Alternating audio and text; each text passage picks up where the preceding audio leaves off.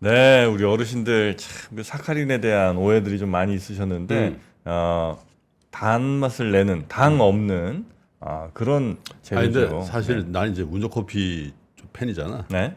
근데 어쩔 때 오후에 방송을 어제도 한 3시간 했잖아 우리. 네. 그 당이 확 떨어질 때가 있더라고. 믹스컵 필요하죠. 아니, 그때는 쌉싸름한 아메리카노도 땡기지만 네. 뭔가 이렇게 네. 달달한 뭔가 좀 그래서 믹스 이렇게 땡기는데 해갖고 막 근데 이게 돌려서. 이게 성인이 보부 비만이 되니까 네. 야 설탕 안 아. 좋은데 근데 또 무당 이건 또 맛이 없어요. 네, 그렇죠, 그렇죠. 그럴 때 이제 타이거 사카 커피 회사에 사두시고 회사 탕비실 같은 데다 딱 쟁여두시고 그러니까. 직원들 이렇게 타 먹으면 당뇨나 고혈압, 비만 있는 그 건강 관리 필요하신 분들께 그러니까. 도움이 좀 되지 않을까 싶습니다. 지금 사카 커피에서 더보기 지금 눌러보시면요 설문조사가 있는데 그거 참여하시면 타이거 사카 커피 당제로 타이거 사카 커피를 20분께 보내드린다고 합니다. 맥땡땡 거 많이 먹었지 너무 오래. 뭐예요? 맥심? 응. 예, 사카죠. 그러니까 맥심보단 사카죠. 봉지 커피는 또 예, 우리 또 운조 인스턴트 커피는 또 아메리카노. 예, 믹스 커피, 사카 네. 커피 많이들 사랑해 주시기 바라겠습니다. 자, 그러면 우리 권순우 팀장과 함께 뉴스 살펴보죠. 어서 오십시오. 네, 안녕하세요. 삼프로TV 권선우 취재팀장입니다. 네, 어서 오세요. 반갑습니다. 그 저출산 관련한 얘기 잠깐 하셨었잖아요. 네. 근데 진짜 이런 기업들 좀 많았으면 좋겠는데 이게 꼭 정부만의 문제는 아니잖아요. 네. 그럼 기업도 좀 이런 사회 문제를 같이 해줬으면 좋겠는데 제가 예전에 되게 재밌는 얘기를 한번 들었었는데 그 금호석유에서 네. 그 첫째 나면 500만 원, 둘째 나면 뭐 1,000만 원, 뭐 셋째 나면 1,500만 원, 뭐 넷째 나면 2,000만 원, 뭐 이렇게 제도가 있어요. 네. 그래가지고 그거가 이제 보도가 좀 됐거든요. 그거 보고서 그 저기 박창구 회장님이 막 노발대발. 노발대발. 왜? 아니 이게 창피하게 이게 뭐냐. 스케일이 예. 그래갖고 다 올리기로. 그래요? 예. 그러니까 처음에는 이제 자랑하려고 이제 보도가 나가는 건데 그냥 보시기에 야 그거 가지고 안 된다 했고 뭐 일단은 부영처럼 해?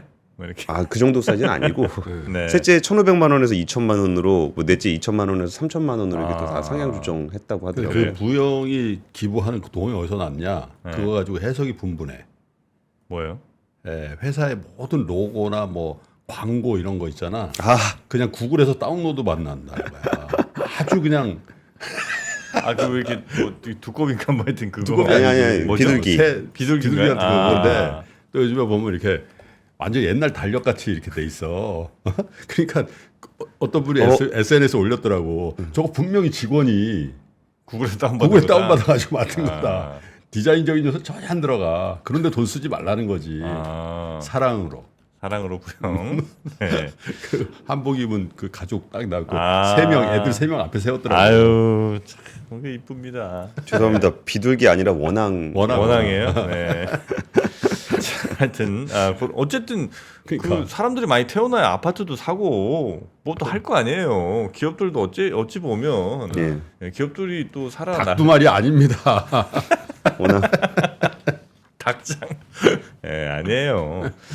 자, 이런 기업들이 많이 좀 늘어났으면 좋겠습니다. 예, 어제 뉴욕 증시 마감 상황 한번 살펴보겠습니다. 네. 오랜만에 파란색이네요. 다우존스는 0.71% 하락했고요. 나스닥은 0.2% 하락했습니다. S&P 500은 0.32% 하락했습니다. 아무래도 이게 뭐 그동안 많이 올랐던 부분도 좀 있고 이게 마지막에 또 이게 그렇게 약하진 않았어요. 내려갔다가 이제 좀 위로 올라가는 과정에서 끝났는데 그 파월 의장 발언이 좀 얘기가 좀 영향을 좀 미친 것으로 해석을 하고 있습니다. 그 경제가 워낙 강해서 언제 금리를 내리기 시작해야 하는지에 대한 질문은 좀 신중하게 접근해야 된다라고 얘기를 좀 하고 있고요. 그리고 그 카시카리 미니애폴리스 연준 총재는 통화 정책이 생각만큼 긴축적이지 않을 수 있다. 그러니까 뭐 성장하는 거 보니까 그렇게 긴축이라고 보기도 좀 어려운 것 같다. 이런 얘기를 좀 했었고 요즘에 그 연준에서는 이 오스탄 굴스비 시카고 연준 총재가 제일 잘 나갑니다. 그동안 좀 잘 맞췄다는 것에 따라서 좀 발언에 지금 힘이 좀 실리고 있는데 그 수개월간 미국의 인플레이션 수치는 매우 좋아졌다.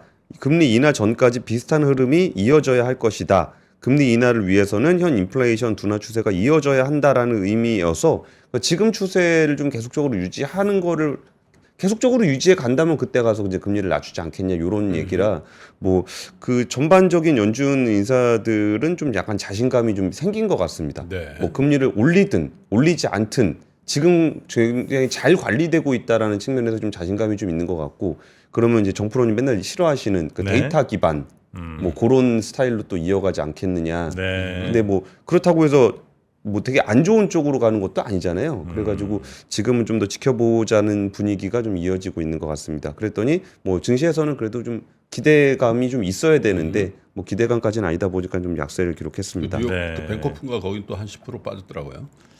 아, 그 뉴스 저도 보긴 봤는데 이게 어떻게까지 해석을 해야 될지를 잘 모르겠어가지고 아직까지 뭐 다른 쪽으로 번지고 있진 않다라는 거잖아요. 뉴욕 커뮤니티 은행 한 10% 정도 빠졌는데 이게 그 대손의 문제가 좀 생긴 것 같아요. 상업용 대출 문제 때문에 거기 대손 충당금 관련해 가지고 이제 실적 보고서에 반영하면서 좀 얘기가 좀 나왔어요. 그래갖고 이게 예전에 그 SVB처럼 어떤 큰 시그널이 될지 아니면은 그냥 근데 미국은 원래 지역 은행들이 잘 망한다면서요. 그럼요. 예, 그래가지고 그냥 그 은행이 정도 한 5천 개 될 걸.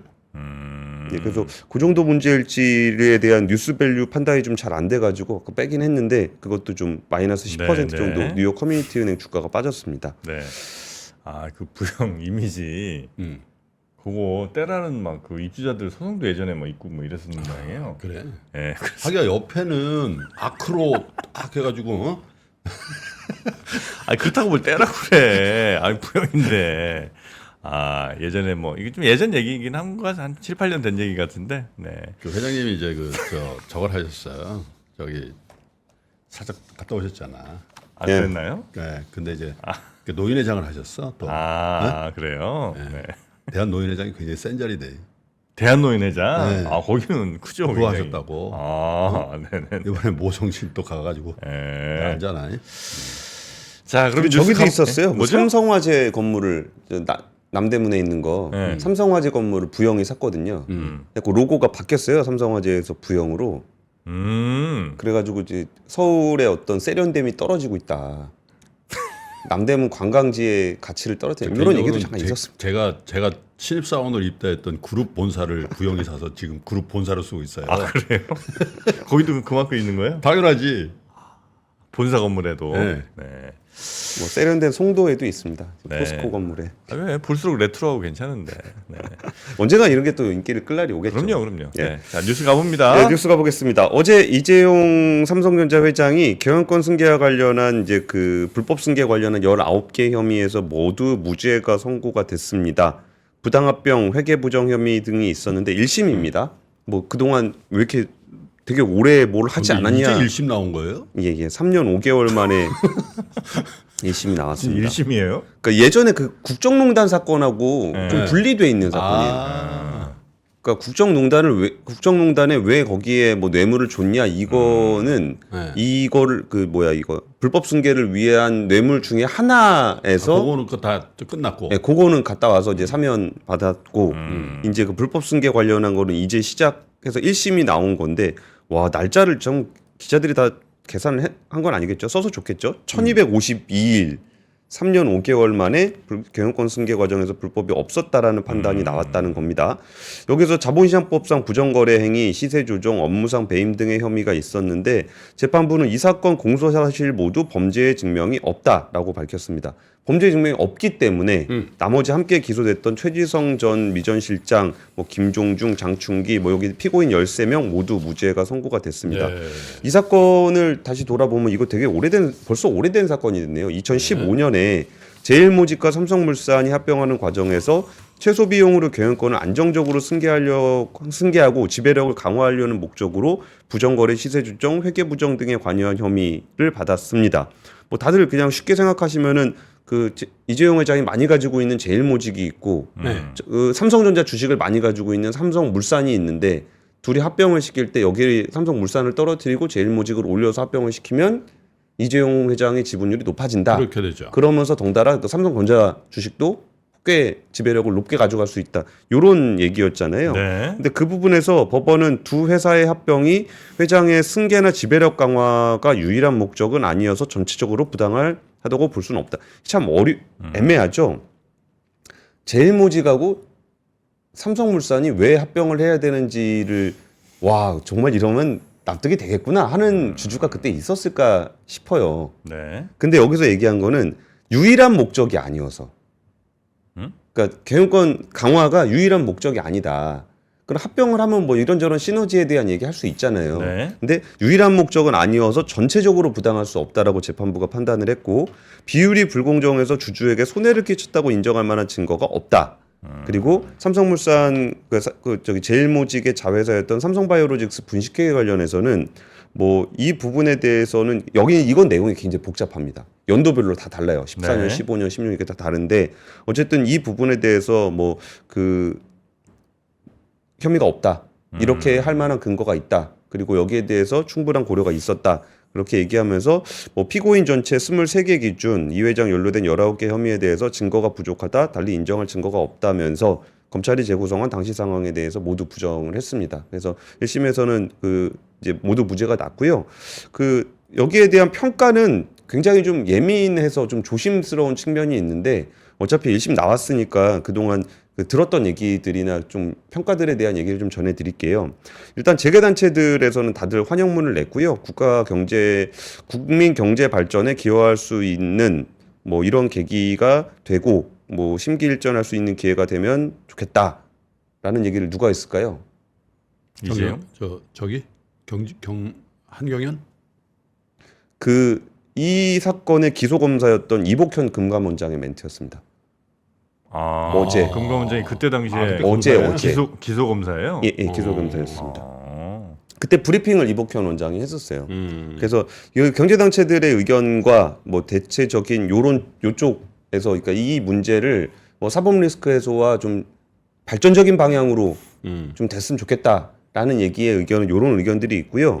조금 더 적나라한 재계의 의견을 들려드리면은 좀 사법적으로 잘못한 거는 잘못한 거고 처벌을 받아야 되는 건 받아야 되는 건데 이 사법 리스크를 빌미로 너무 기업인들 끌고 다니지 않았으면 좋겠다. 이 얘기들을 재계 사람들은 많이 얘기를 하더라고요. 근데 이게 뭐 다 이 얘기를 제가 드리면은 제가 정치적으로 좀 약간 양비론을 가려고 드리는 얘기입니다. 이번에 뭐 저 부산 가서 떡볶이 먹이고 뭐 이런 얘기들 많이 했잖아요. 그것만 말씀드리는 게 아니라 지난 정부에도 엄청 많이 동원이 됐어요. 그러니까 이게 진보냐 보수냐의 문제가 아니고 네. 뭔가 이런 사법 리스크가 생기면은 기업인들이 정부에 굉장히 많이 이용이 돼요. 그래서 자기가 좀 불안하니까. 그렇죠. 그러니까 재계에서 들었던 제가 취재하면서 들었던 재계의 솔직한 의견은 이 사법 리스크 해소라는 부분들이 뭐 이 사람 감옥에 가냐 안 가냐도 있겠지만 이게 그 사법 리스크 때문에 기업이 이거는 진보 보수의 문제가 아니라고 계속적으로 강조드립니다. 이제 겁나서 네. 그러는 거예요. 정치 쪽은 또 우리 정프로님이 전문이시기 때문에 여기 보는 거 세 사람이 확 잡아버리고 막 던져. 자기를 피하면서 싹 던져. 네. 그래서 그런 부분들 네. 사법 리스크를 일으키는 기업인에 대한 것도 분명히 잘못한 거지만 네. 그 부분을 빌미로 해가지고 막 너무 정치적으로 이제 기업들을 이용하지 않았으면 좋겠다라는 게 어저께 좀 재계 사람들하고 좀 나눴던 얘기고요. 네. 증권업계에서 했던 얘기는 이게 그래 뭐 벌법 아니라고 하자. 이게 진짜 뭐 형사적으로 처벌을 받아야 되는 불법 행위는 아니라고 하더라도 그 당시에 그 삼성물산의 이 정말 정당한 평가를 받고 있었냐. 진짜 기업 가치가 괜찮은 상황에서 합병을 했다라고 당당하게 얘기할 수 있냐. 그리고 진짜 그 당시에 뭐 이사회라든지 이런 분들이 정말 순수하게 기업과 모든 주주들의 이익을 위해서 했던 의사결정이라고 당당하게 얘기할 수 있냐. 그게 이번에 상법 개정하자는 취지에도 그 취지잖아요. 그쵸. 회사를 위해서만 일하지 않고 주주의 비례적인 이익을 위해서 일해야 된다라고 명문화하자라고 하는데 저번에 빠졌죠. 그렇죠. 그러니까 법무부 안에서. 이게 그 회사를 위해서 일한다라는 표현이 사실은 되게 그 뭐라 그럴까 키워드가 잘 만들어진 단어인데 그거는 회사를 위한 결정이라는 거는 법원에서 그때 얘기했던 거고 사실상 대주주를 위한 결정을 얘기하는 거예요. 그렇지 회사를 위한 것도 아니죠 어찌 보면. 그러니까 대주주하고 소액주주가 있을 때 둘의 형평성이 없은 경우에 이거를 회사를 위한 거 의사결정이었다 그래갖고 나왔던 게 에버랜드 판결이잖아요. 네. 그러다 보니까 이게 정말 그 당시에 전체 주주를 위한다는 것에 대한 신뢰할 수 없었다는 것 때문에 소액주주들의 소송이 계속적으로 이어졌었어요. 이 사건 자체가. 그리고서 이 부분에 대해서도 이제 다시 예전 일이니까 다시 한번 이름도 잘 기억 안 나실 건데 그 당시 삼성물산 대표이사가 최치훈 사장님이었거든요. 네. 그러니까 이 전에 통합하기 전에. 음. 근데 삼성물산이 저평가가 됐다 그래가지고 그 수많은 일들이 벌어졌었잖아요. 그러니까 이분이 경영을 잘하고 해가지고 기업 가치가 제대로 돼 있었다면 이 문제가 생기지도 않았잖아요. 네. 근데 통합하고 나서 통합삼성물산 대표이사가 최춘 사장이었어요. 음. 그러니까 기업 가치를 많이 못 키워가지고 분란을 일으켰던 그 사장님이 아. 통합을 하고 나서도 사장이었다고요. 원래 이제 경영자 평가를 한다면 그렇게 기업 가치를 제대로 못 받고 합병을 합병까지 시켰는데. 시켰으면 사실은 날아가야 될 사람인데 예. 오히려 그 사람이 통합 사장이 됐다는 거는 그 공을 인정받았다는 거 아니냐? 그리고 이제 2015년에 일이 있었잖아요. 그러면 2014년부터 2022년까지 삼성물산으로부터 받은 보수가 최치훈 사장 연봉이 거의 한 300억 정도 돼요. 300억? 예. 이야. 그러니까 이 그래요? 부분은 진짜 그 형사처벌하고 그 형사처벌 문제는 저는 잘 모르겠어요. 이게 형사적으로 어떤 처벌을 받는 것이 맞고 이제 이게 왜 혐의가 없어서 무죄가 나왔는지는 그거는 이제 재판부가 판단할 문제니까 거기에 대해서 제가 왈가왈부하고 싶진 않은데 이 증권 쪽에서 하는 얘기는 저거는 형사벌로만 할 수는 없는 거다.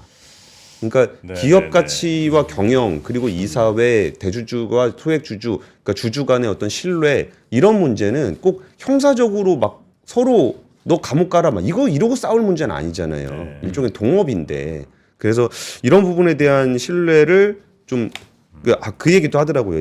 이렇게까지 큰 사건을 치렀는데 또 그러는 데는 없겠지? 이런 거에 대한 기대감? 거기 이제 제일모직이나 삼성물산이 있었는데 삼성물산이 훨씬 큰 회사인데 삼성물산 주가를 좀 누르고 비율을 좀 낮게 해갖고 합병을 해갖고 그때 당시 제일모직을 많이 갖고 있던 이재용 회장의 뭐 경영권 승계를 원활히 한다 이런 거였나요? 이슈가? 그런 거였는데 네. 이제 그런 게 아니다라고 이제 법원 판결 나온 거예요. 예. 원래 이제 그것 때문에 이제 기소가 그러니까 됐었는데. 그것이 불법이 아니다. 거기서 일어났던 행위가. 근데 저는 행위를 얘기하는 게 아니고 네. 이 기업에 대한 신의 근데 예. 그건 어떻게 됐죠? 그때 그 국민연금한테도 그렇게 해가지고 아. 그건 국정농단 사건. 아 그런가? 예, 예. 그래서 그 기금운용본부장도 맞네. 갔다 오시고 그랬잖아요. 예. 그때 그거와 관련 없어요? 그거는 이제 대통령까지 다 관련돼 있던 사건으로 한번 갔다 왔죠. 근데 이제 시간이 많이 돼가지고 네. 어제 그 기업 밸류업 관련해서 얘기가 좀 관심들이 되게 많은데 이 기업 밸류업 관련해서 지금 한국 지배구조 분야에서는 대표적인 단체로 이제 한국 기업 거버넌스 포럼이 있어요. 뭐 여기- 저희하고도 일을 많이 했죠. 예, 예. 예. 김규식 변호사가 네네네네네. 전임 회장이고 네. 이남우 교수님이 지금 현임 회장이니까 네. 예, 예. 그 좋은 주식 연구소 이제 운영하고 계시는 이남우 교수님이 이번에 올해 기업 거버넌스 포럼 회장으로 지금 취임을 하시면서 어저께 그 기자회견을 해서 저도 다녀왔어요. 그리고 이번에 그 한국 증시가 좀 저평가가 해소가 될 수 있을까? 이남우 회장님이 아니 한국은 최고 상품 만드는 기업이 그렇게 많은데 왜 대표적인 그 회사 증시의 대표적인 회사는 없냐? 이 부분이 바로 디스카운트다라고 얘기를 했는데 어떤 장면인지 한번 직접 보시죠. 네. 저희가 카메라 기자와 저 권순우 팀장을 파견했었죠 현장에. 예, 예. 네, 한번 보세요. 왜 우리 삼성전자는 미국에 상장 안 하죠? 치열하게 제품을 미국에 파는데 왜 자본시장에서는 우리가 2, 3유로 뒤처지는데 방관자죠? 되게 이상하죠. 그게 코리아 디스카운트입니다. 대만은 이렇게 존경을 받고 신뢰를 받고 그동안 포기했던 일본이 기업 거버넌스 개혁을 통해서 완전히 요즘 주목을 받는데 한국은 세계 최고의 제품을 만들고 최상의 수익을 내는데 자본시장에선 2류, 3류 취급을 받아요. 그게 코리아 디스카운트의 현실입니다. 어제 기업 저평가 요인을 제가 3가지 정도로 분류를 해드렸잖아요. 네. 첫 번째는 진짜 주주 자체를 인정하지 않는 네, 회사. 네. 그리고 이제 대주주의 지분율을 위해서 뭐 지배구조 가지고 왔다 갔다 하는 회사. 그리고 세 번째가 조금 어려운데 번 돈을 제대로 쓰지 않는 회사. 그거에 대해서 말씀을 드렸는데 이남우 회장님은 거기에 대해서 좀 세 번째를 굉장히 강조를 해주셨고 그러면서 상장 기업이 영업에만 집중한다.